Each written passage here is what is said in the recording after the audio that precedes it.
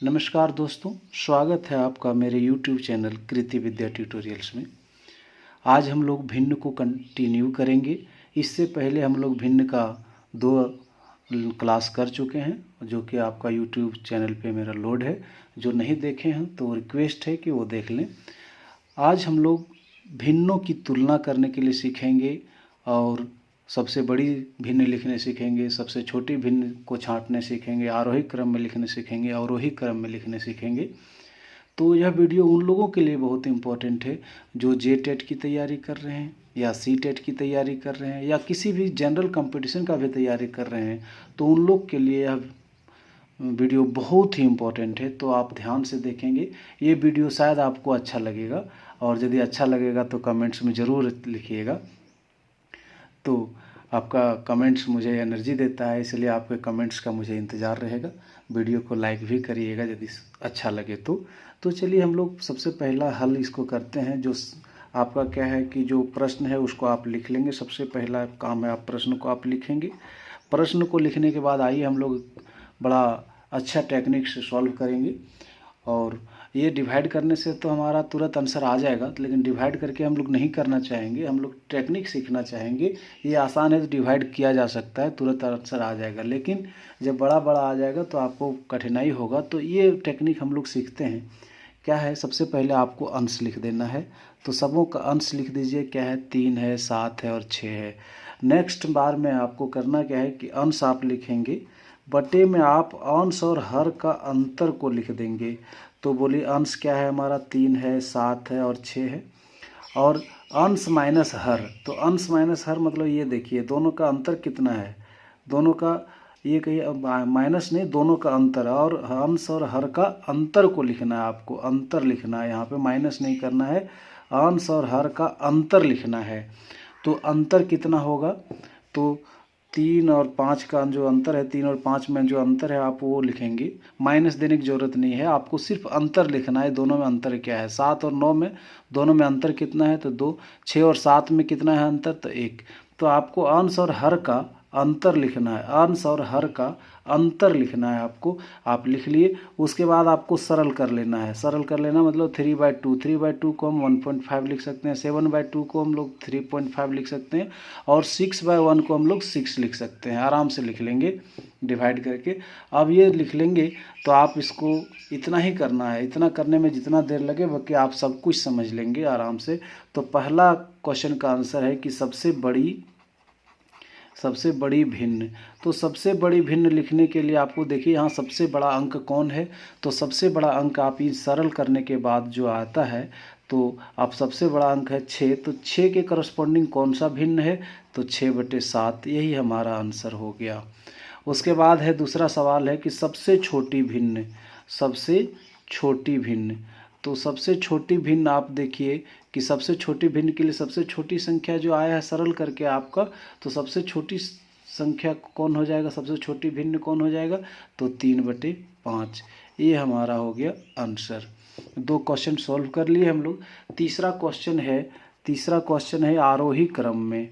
तो आरोही क्रम में आपको लिखना है। तो आरोही क्रम में लिखने के लिए क्या करेंगे कि इसको आप सजाइए आरोही क्रम में।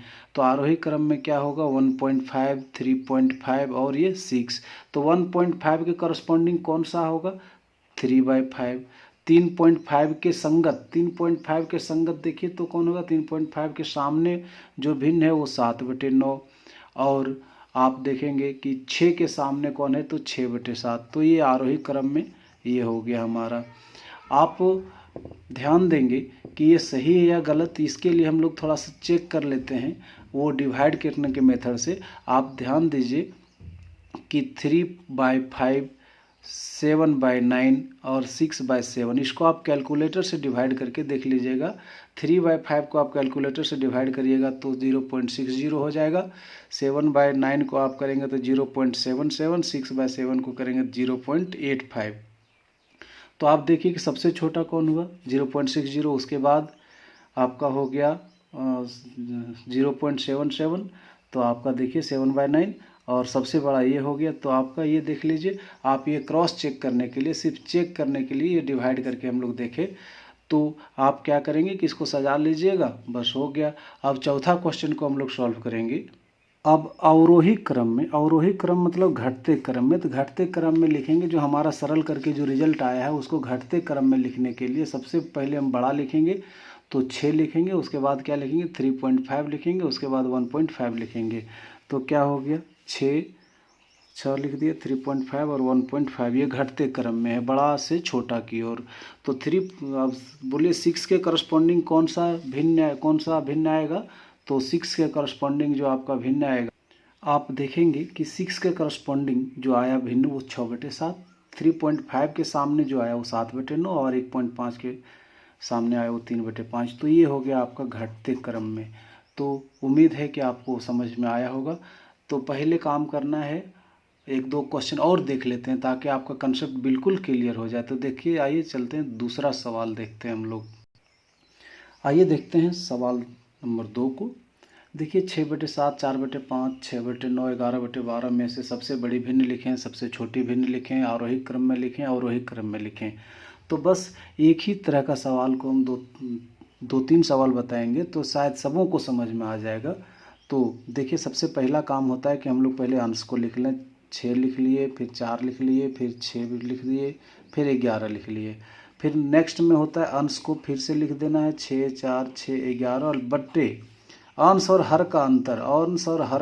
6 और 7 के बीच का अंतर कितना है, 1। 4 और 5 के बीच का अंतर कितना है, तो 1।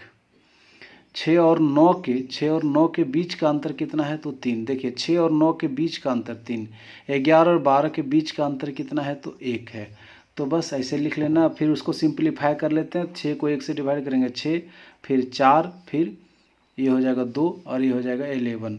तो आप देखेंगे कि सबसे अब हम लोग को सबसे, ये देखिए ये आपका सरल करके आ गया, डिवाइड करके जो आया सरल करके, यही आपका रिजल्ट देगा। तो सबसे बड़ी भिन्न, या पहला है सबसे बड़ी भिन्न। तो सबसे बड़ी भिन्न के लिए सबसे बड़ी संख्या को आप देखिए, सबसे बड़ी संख्या कौन है, 11। तो 11 के सामने कौन सा है, तो कौन सा भिन्न है, तो 11/12। तो ये हो गया आपका 11/12 सबसे बड़ी भिन्न हो गया। रही बात सबसे छोटी भिन्न, तो सबसे छोटी भिन्न हम लोग लिखेंगे। सबसे छोटी संख्या को आप चुनिए। तो सबसे छोटी संख्या जो है वो 2 है। तो 2 के करस्पॉन्डिंग कौन सा भिन्न है, तो 6/9 है। तीसरा सवाल है आरोही क्रम में। आरोही क्रम मतलब बढ़ते क्रम में। तो बढ़ते क्रम में लिखिए, सबसे पहले आपका हो जाएगा 2, फिर हो जाएगा 4, फिर हो जाएगा 6 और फिर हो जाएगा 11। इसको हम लोग बढ़ते क्रम में लिख दिए। बढ़ते क्रम में लिखना है। तो आप देखेंगे कि 2 के करस्पॉन्डिंग कौन सा भिन्न है, तो 2 के करस्पॉन्डिंग आप देखेंगे कि 2 के करस्पॉन्डिंग आपका 6/9 है। तो हम लोग यहाँ लिखेंगे 6/9। 4 के करस्पॉन्डिंग, तो 4 के करस्पॉन्डिंग हमारा 4/5 है। और 6 के करस्पॉन्डिंग, तो 6 के करस्पॉन्डिंग जो है आपका है 6/7। 6 के करस्पॉन्डिंग है आपका 6/7। और 11 के करस्पॉन्डिंग है आपका 11/12। तो आप देखिएगा 2 के करस्पॉन्डिंग 6/9, 4 के करस्पॉन्डिंग 4/5 ये है। तो यही आपका हो गया आरोही क्रम में। आरोही क्रम मतलब बढ़ते क्रम में। अब घटते क्रम में यदि हम लोग देखना चाहें तो घटते क्रम में देखिए चौथा नंबर घटते क्रम में। तो डिसेंडिंग ऑर्डर में कहते हैं इसको। सबसे पहले बड़ा लिखेंगे, उसके बाद छोटा छोटा छोटा। तो सबसे बड़ा कौन हुआ, तो 11 हुआ। उससे बड़ा, उससे छोटा क्या हुआ, 6, और 6 से छोटा 4, और 4 से छोटा 2। तो ये घटते क्रम में लिख लिए। तो घटते क्रम में लिखिए, तो बस इतना ही करना है। तो 11 के करस्पॉन्डिंग कौन हुआ, तो 11 के करस्पॉन्डिंग में हुआ 11 के करस्पॉन्डिंग में हुआ 11/12। और 6 के करस्पॉन्डिंग में आप देखेंगे कि 6 के करस्पॉन्डिंग में आपका हुआ 6/7। और 4 और 4 के करस्पॉन्डिंग में आप देखेंगे कि 4 के करस्पॉन्डिंग में आपका जो हुआ, तो 4 के करस्पॉन्डिंग मतलब 4/5। 4 के करस्पॉन्डिंग में आपका हो गया 4/5। और 2 के करस्पॉन्डिंग में यदि देखेंगे कि 2 के करस्पॉन्डिंग में कौन है, तो 2 के करस्पॉन्डिंग में आपका होगा 6/9। तो ये हो गया हमारा घटते क्रम में। आइए हम लोग तीसरा प्रश्न को देखते हैं। सेम टाइप का क्वेश्चन होगा। तो सेम टाइप का 13/15, 11/13, 7/8 और 8/9 में से सबसे बड़ी भिन्न, सबसे छोटी भिन्न, आरोही क्रम में, अवरोही क्रम में लिखना है। सवाल सेम है तो आप अंश को लिख लीजिए 13, 11, 7 और 8। तो फिर से लिखेंगे 13 बटे, अंतर दोनों में कितना है देखिए, दोनों का अंतर है 2। यहाँ पर दोनों का अंतर कितना है, दोनों का अंतर है 2।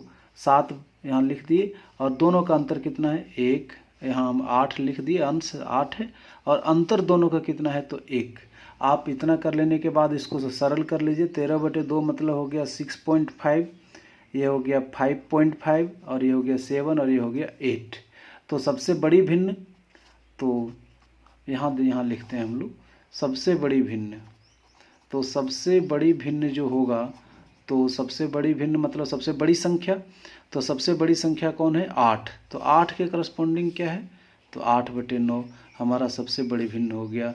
दूसरा सवाल है कि सबसे छोटी भिन्न, सबसे छोटी भिन्न। तो सबसे छोटी भिन्न मतलब सबसे छोटी संख्या, सबसे छोटी संख्या आपका है 5.5 और 5.5 के करस्पॉन्डिंग में कौन सा संख्या है तो 11/13। ये हो गया आपका आंसर। थर्ड नंबर में आता है कि आप आरोही क्रम में लिखिए। आरोही क्रम, आरोही मतलब बढ़ते क्रम में लिखिए। तो बढ़ते क्रम मतलब होगा कि सबसे छोटा पहले, सबसे छोटा आपका हो गया 5.5, उसके बाद हो गया 6.5, उसके बाद हो गया 7, उसके बाद हो गया 8। तो 5.5 के करस्पॉन्डिंग कौन सा भिन्न है 11/13। बस 6.5 के करस्पॉन्डिंग 13/15 और 7 के करस्पॉन्डिंग क्या है, 7 के करस्पॉन्डिंग आप देखेंगे 7/8 और 8 के करस्पॉन्डिंग क्या है 8/9। तो ये संख्या जो आप देख रहे हैं ये बढ़ते क्रम में हो गया। और इसका फोर्थ नंबर भी है, वो है घटते क्रम में। तो घटते क्रम में लिखने के लिए आपको संख्या को घटते क्रम में लिखिए, मतलब सबसे बड़ा पहले, उससे छोटा, तो उससे छोटा आपका हो गया 8 के बाद 7, 7 के बाद 6.5 और 6.5 के बाद 5.5। आपको कुछ नहीं करना है, आप करस्पॉन्डिंग एलिमेंट खोज लीजिए 8। तो 8 के करस्पॉन्डिंग जो है संख्या है वो है 8/9। तो 8/9। अब देखिए 7 है, तो 7 के करस्पॉन्डिंग जो संख्या है, तो 7 के संगत जो संख्या है वो 7/8। अब देखिए 6.5 के करस्पॉन्डिंग देखा जाए तो 6.5 के करस्पॉन्डिंग देखिए, 6.5 के करस्पॉन्डिंग है आपका, 6.5 के करस्पॉन्डिंग है 13/15, 13/15। और 5.5 के करस्पॉन्डिंग कौन सी संख्या है, 5.5 के करस्पॉन्डिंग आप देख रहे हैं कि 11/13 है। तो ये हो गया 11/13। तो ये आपका आंसर जो है वो आपका घटते क्रम में है। तो मित्रों, यदि आपको ये वीडियो अच्छा लगा हो तो प्लीज़ मेरे चैनल को सब्सक्राइब कर लीजिएगा और बेल आइकन दबा दीजिएगा ताकि मेरा वीडियो आपको तुरंत मिले, और अपने दोस्तों के बीच में शेयर भी कर दीजिएगा। धन्यवाद।